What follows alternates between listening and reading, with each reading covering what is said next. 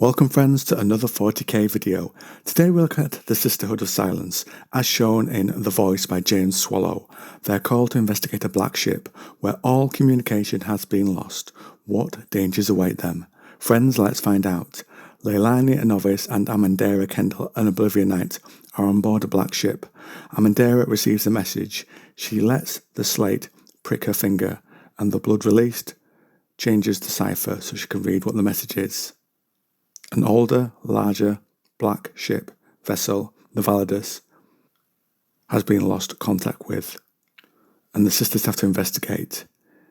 They hear a repeated message in a woman's voice, and it says over and over again, the voice.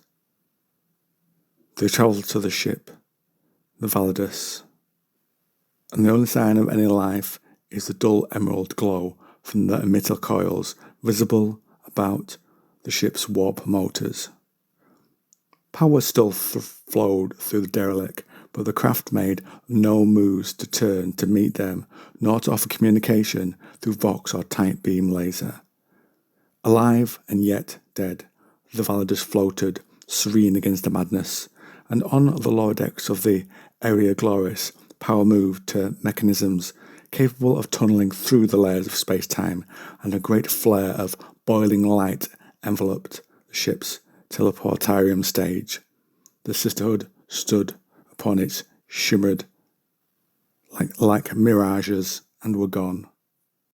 The voice included Leilani the novice and Amandera, and began to explore the ship. The air was surprisingly warm inside, and the sisters sensed a stillness to it, and they then find abandoned cages and an iron support pillar which was crumbling before its time. Auspex suggests that this piece of ship structure is far older than the rest of the metal in this corridor. The sisters' frown deepened. By the order of several million years, they found the internal force field barriers were down, and this corridor felt different. Here the air was thick and coppery, stinking of old spilled blood, a heavy perfume of rust that almost concealed other earthier stenches of rotten meat and feces, and sound in the air was harsher to the ears. Kendall hears a scraping sound and puts on a light attached to a bolter, and they see there is an enhanced canine.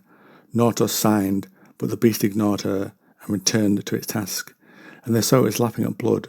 The top of a man's skull had been opened, but before doing that had nailed his legs to the deck. He had tried to crucify himself. A flame was used to end the life of the corrupted animal. They found more animal bodies, but no sisters, and they then moved towards the command and bridge areas. Leilani thinks about the standard orders aboard a Blackship, that they were strict. If things were going badly, onboard failsafe switchers would flood the decks with Life Eater, a bioweapon of terrible swiftness and horrible virulence. They then passed testing cells, carriages for crew, all still and silent, and other decaying effects could be seen. And as they neared the command deck, they found masses of bodies piled up, and as they neared, they heard breathing. One sister broke a man's finger to no reaction, and the catatonic bodies were all over the ship. The minds of those people had been destroyed, all at the same time. Finally, on the command deck, they check what happened. Astropaths had received a message with high authority, with a single order. And as they heard that, they saw the psychic cargo awaken, as one, and escape. And then silence. The novice checked on the shielded areas that the astropaths were in, and they had all killed themselves for what they had seen, or to escape what they were going to happen to them. Deeper in the Validus, they found what seemed to be an icy cavern, but they saw a breath in the air, and a man attacked Kendall with a length of chain, now broken, tied to one ankle. He was conjuring the snow. He got close, and her null effects hit him, and his ice storm evaporated, and she dispatched him. But he did say one thing: "You cannot hear." And they find, then, one of this black ship's sisters. Kendall recognizes her. And just to be clear here, when I say Kendall, that's the second name of Amandera. I will refer to her as Kendall from here on out. She recognises this sister. It is Sister Emilia Hikaza, who says they fought and killed as many as they could. And then they had to build a wall with their null fields to contain the threat from the galaxy. And Emilia says the ship had become haunted, the surf seeing ghosts, and a targeted pulse of psi force from them unleashed the most powerful psychers. And those, the very worst of those on the Blackship, combined. As Leilani the novice tells it, they formed into a group mind, the spontaneous formation of a shared telepathic consciousness. On ancient Terra, in the age of strife, the nation-state of the Germani had a word for it, Gestalt. One of the new arrived sisters will take Hikaza's place, and together the rest will go and slay the vile things. As they proceed, ghosts swirled around them, and all attacks seemed to phase through the ghosts. They'd once been crewmen, and then they found the group mind. Every person here had only this suggestion of a face, and it never settled. Their bones shifted and broke to meet the various images that were shown where their normal, natural faces should be. And one of the sisters signs, saying, "That is the voice." As they moved forward, they did so together in a tight triangle. The Gestalt retreated, and then it spoke and said, "Far enough." The Oblivion Knight, Hikaza, opened a woman's torso with her sword, then another, but the Gestalt spoke again, and it delivers a message from the future about a war that can be stopped, the heresy.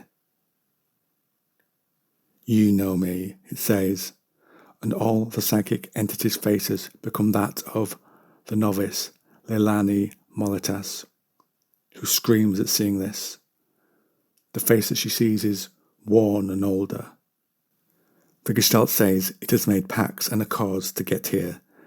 Leilani says, "We have no soul."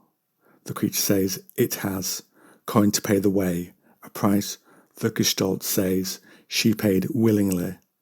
Hikaza rages at hearing this, and the novice says, after thinking it over, that she would pay the price for this message, and Hikaza's sword ends her sister's life. Kendall raised her gun at her sister. Hikaza gave her a defiant glare, daring her to shoot. "I have stopped this monstrosity before it started, strangled the horror in its crib." The Gestalt then attacks them both, using brutal wind force and flame, and the ship around them begins to decay as the Gestalt's fractured mind, under its failure, under seeing its future instigator's death. And as she tried to get back to her own ship, the deck broke beneath her, and she was unconscious.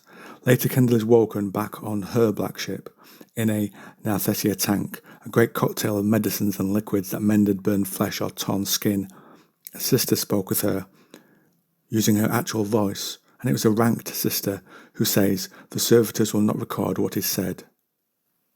Kendall is told that Nortor had saved her, but died herself during teleportation, and the sister says the Validus was consumed by a wash of psychic fury, eaten alive by rabid time.